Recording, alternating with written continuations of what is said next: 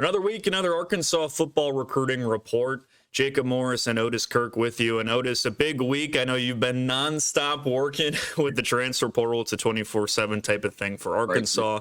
This week, no different. And the Hogs picking up a big commitment from Fernando Carmona, San Jose State offensive tackle. Chose the Yeah. Hogs over a list of really impressive schools. He canceled a visit to Auburn in order to commit Yeah, to that was sweet, Arkansas. man. He Big did pickup. that Friday. He did that Friday. He found out he was not leaving till 3:30, and I said, "That means you canceled off, man." So I mean, yeah, he's a pretty good dude, man. He's a big kid guy. He's left tackle.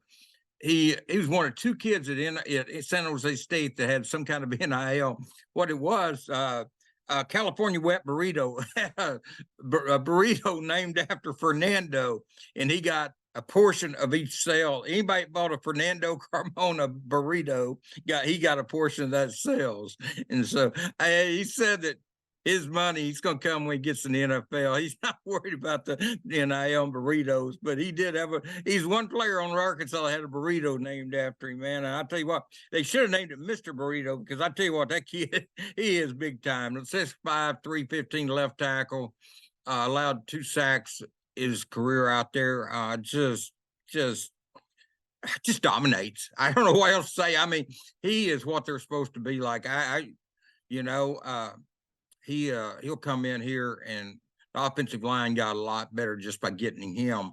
Of course, they got Blackstock, and we'll talk about another kid I feel pretty good about here after a while. But just getting Carmona was huge. I mean, Matt Mateos really hit a home run there. That was his first big time strike at Arkansas.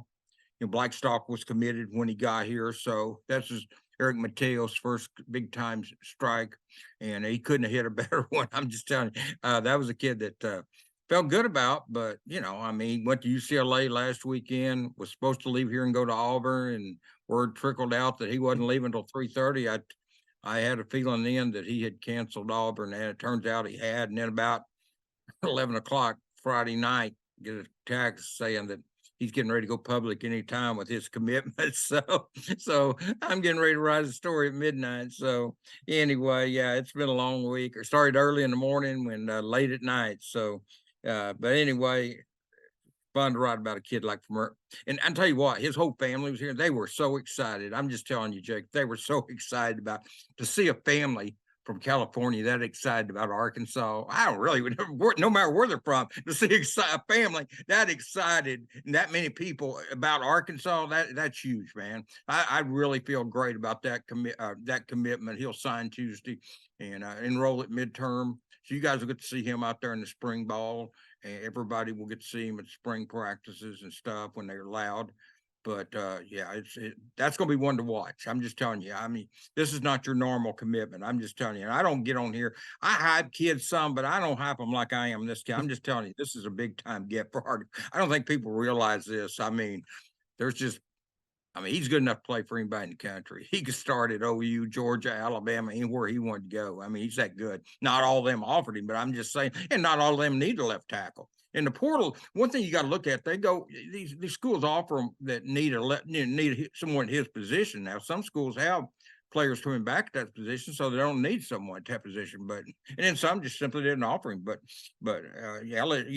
Ole Miss and Michigan State and South Carolina, Texas Tech, others offered him besides just Arkansas and Auburn and UCLA. But anyway, yeah, they got a good one there, Jacob. A very good one.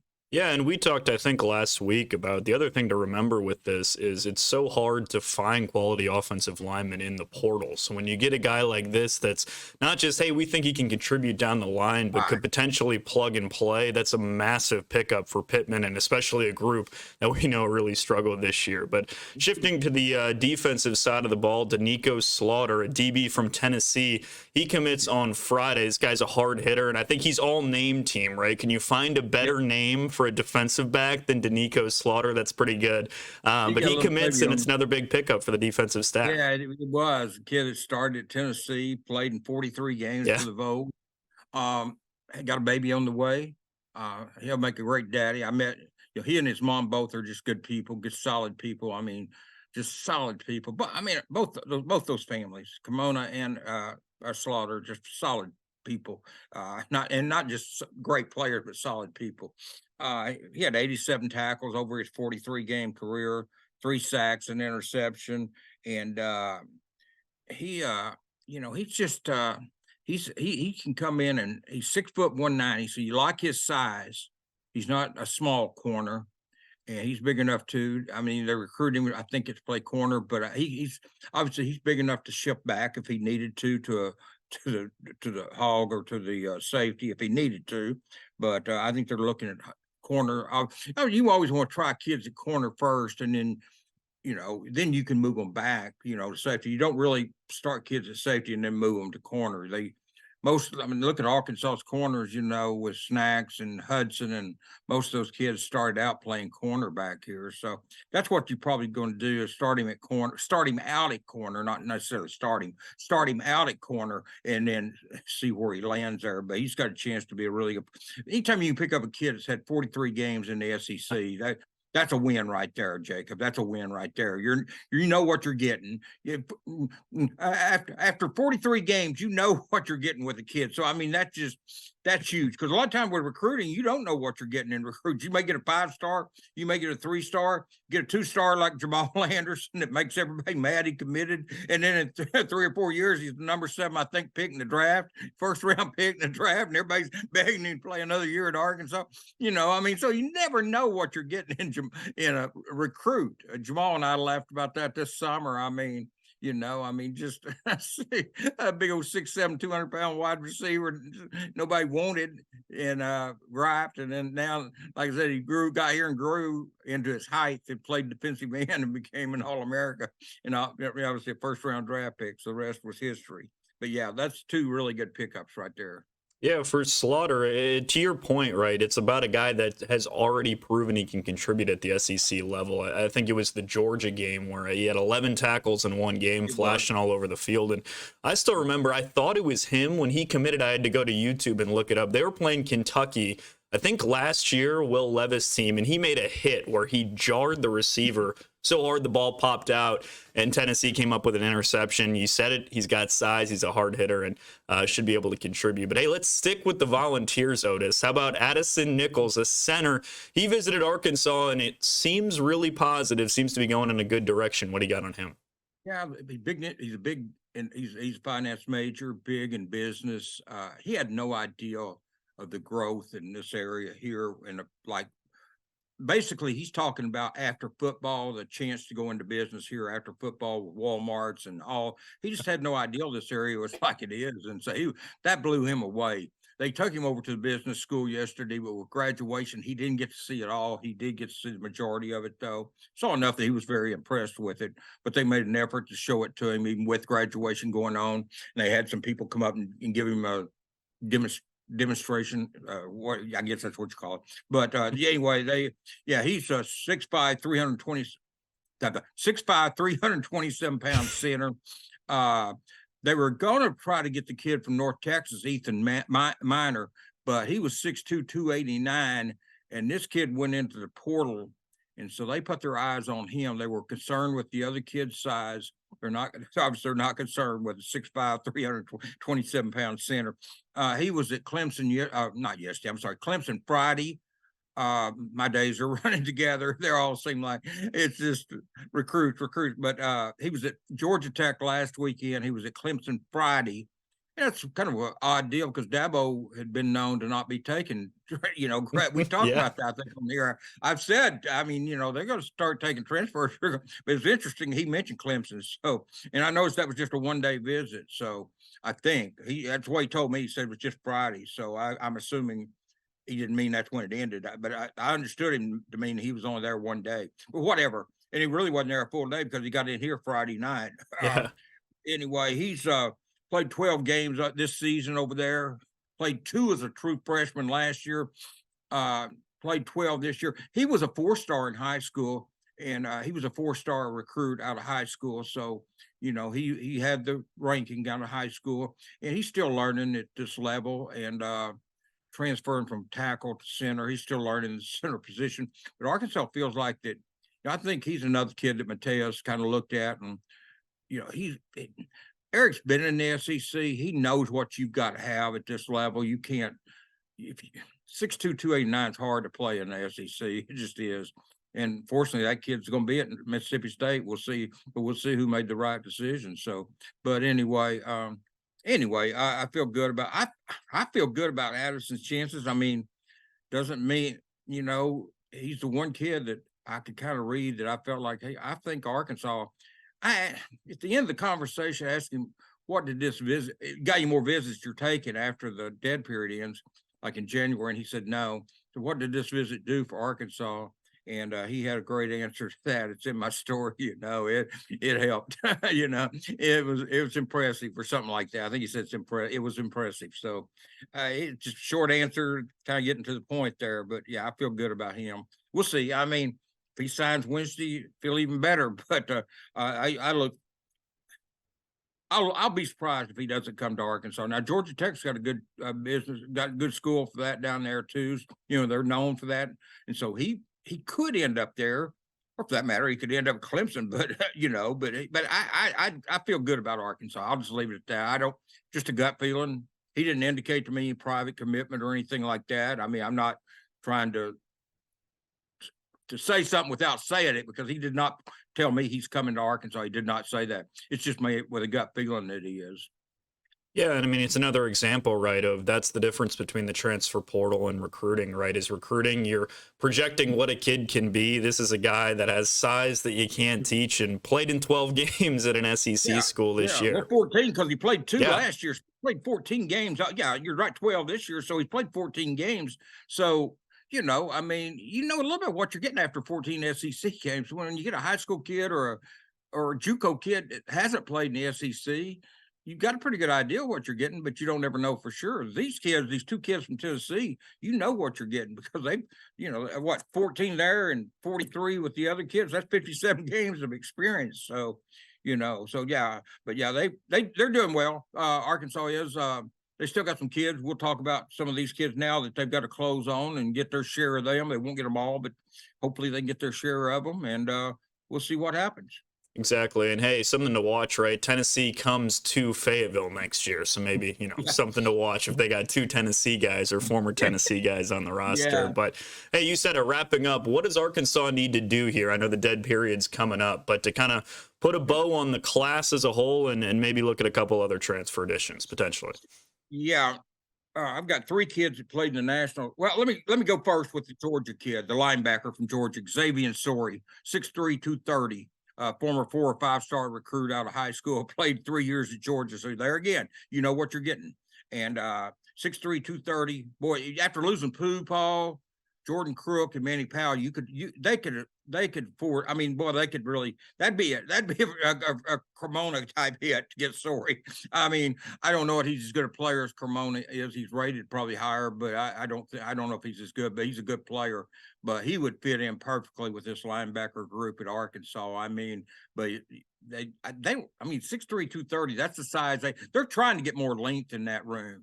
Other than Manny, the kids that left didn't have that kind of length. Now, Pooh was a great player. I'm not by no means about saying he wasn't. He was a great player, a great linebacker, but he didn't have the length. But this kid does. But anyway, Arkansas. When I talked to him the other day, he left, and I don't know if it was Thursday or Wednesday, whatever day he left. He told me that he didn't have any other visits lined up. He had not been anywhere else, but there was a chance he was going to add something this weekend. I have not found anything that he added this weekend. I looked before we went on the air. I did not see he has added anything. So Arkansas may get him. It'd be big if they do. I think Arkansas feels reasonably well about him. But I think they were cautiously optimistic, because I think they were afraid that he could add a school this weekend and then they get the last visit, and anything could happen when they get the last visit. And that's kind of what I'm going to talk about here with Kamari Copeland. There was 3 kids that been here that played in the national championship game Wednesday night over at Little Rock War Memorial Stadium. 3 JUCO kids. Iowa Western beat East Mississippi 61-14 to win the national championship at Wednesday night. Yeah, they put it on them. Kamari Copeland is a defensive end there, defensive tight. Now, he wasn't here this week. He'd been here a couple of weeks ago. He come during the season. but he's 6'3", 285-pound defensive end, defensive tackle, can play anywhere on that line. They allowed 21 points in 2 playoff games. 14 was on the defense. One of them was a touchdown. East Mississippi had a kickoff return for a touchdown. So, I mean, they just put it on teams. I mean, Iowa Western, I don't know how Hutchinson beat them. Hutchinson beat them late in the season. I don't know if they had some injuries. Because, I mean, they beat several teams that beat Hutchinson. So I don't know how Hutchinson Community College beat them, but they did. That was their only loss this season. I got a feeling they had some players missing or something, Jacob, because maybe it's just a bad day. That happens. But Kamari Copeland, here's what I was going to talk about this last visit. He was here. He's been to Tennessee. There's Tennessee again. And maybe he was going to try to visit North Carolina State. He didn't know if he could get that in. He was going to try to, and after Little Rock, like these kids did from JUCO, and then go to Virginia Tech. Well, he's from Virginia City. So that's your fear with him, that you felt good about going into the visit. I mean, going into this weekend, but with him going to Virginia Tech, does he want to stay close to home? If he does, it's kind of like C.J. Brown. There was nothing you could do about it. Unless you could get your school moved closer to Fayetteville than Bentonville, you weren't going to get the kid. So that was just, sometimes home just wins out. And if Copeland wants to stay close to home, he'll go to Virginia Tech. If not, then I think Arkansas's got a legit chance. The 2 JUCO kids, they were here. They come in Thursday. They came in Wednesday night late after the game. They came up to Fayetteville after the game, stayed and then visited. They left Friday.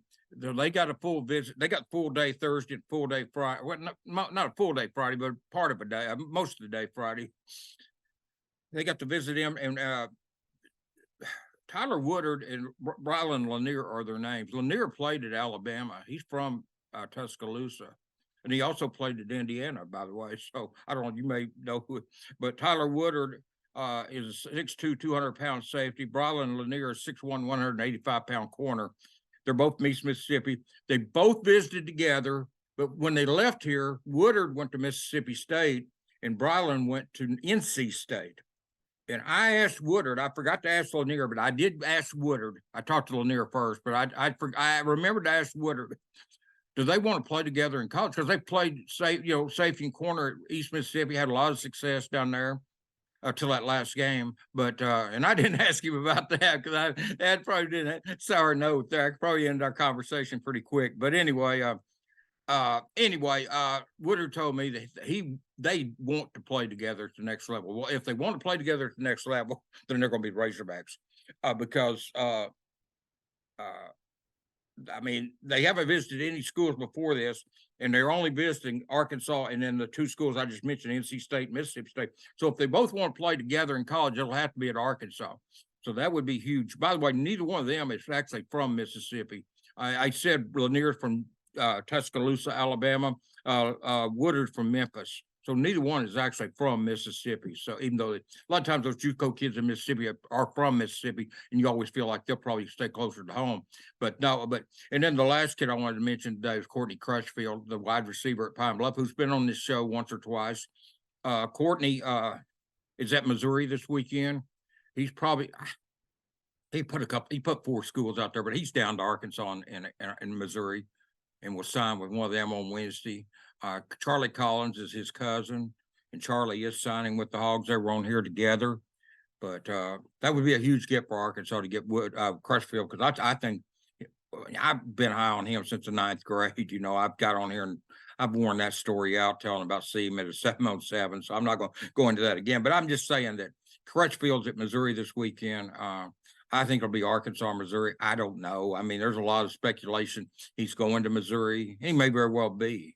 I'm not saying he's not, but I don't want to speculate on it. I'm just going to wait and let the kids see, and let's see what he does. I know I was told anyway that he wore Missouri gloves the last 2 games of the season they played. So, yeah, I mean, Missouri's got reason to probably be very optimistic getting the last visit and 10-2 and stuff like that. But, you know, I don't think Arkansas is that far away. And I do know this. Bobby Petrino had a good impression on him when Bobby went and visited him with Sam. Now, Bobby had a good impression on the offense. I could see where a receiver would be, kind of cautiously looking at Arkansas after the season. I mean, offensive player, I could see that. But when they hired Petrino, that may have made some difference with him. I know Petrino impressed him when he did the in-home over there with Sam. And I don't think Guyton was there. Maybe he was, but anyway, Bobby impressed him, and I think he knows what kind of offense Bobby Petrino can run. So, we'll see where that shakes out. That's going to be an interesting situation. That could change the look of the in-state class all big time right there if they could land Courtney to go with the rest of the kids they've got, Kobe's and Charlie's and CJ's and all the kids in the state. I'll leave somebody out, but they've got some really good in-state players. The White Simmons, congrats to his dad too. White Simmons, a linebacker at Harding Academy. His dad won the national championship, Division II national championship. His dad is the coach of that Harding Bison. So congratulations to him. I watched that game yesterday. I got in the second half. I didn't know which station's on. I was watching something else, and somebody called me and asked me if I was watching it, and I said, no, what station's on? They told me, so I flipped it over there, and I watched the second half, and I was really impressed with them. They're a good program. But anyway, congrats to White Simmons, another linebacker coming to Arkansas, and his dad for winning the national championship. Yeah, absolutely. And I got to ask you looking forward to the dead period here to maybe get some sleep here, Otis? Yeah, I'm looking forward to just not having to go out every morning and chase recruits, man. That's what I'm looking forward to. Even if I work late hours, just not having to get up in the morning and go chase recruits early in the morning. It's worn, man. It's been a load this week. It has. I'm not gonna lie to you. It's been a full load this week. It just seems like the portal just kicks your butt. It does, man. It just kicks your butt. I don't know. The coaches, I don't know how they do it. I mean, they're more involved than we are as a writer, and they're more involved than I am. And I thank God, praise them, man, for having that kind of desire to do that, because it's a load. I'm just going to tell you, whatever they're getting paid, when people gripe about what Sam and those guys are getting paid, believe me, they're earning every dang penny of it. Believe me. Portals 24/7 never stops. Otis, really appreciate it. That'll do it for the Arkansas Football Recruiting Report. We'll talk to you next week.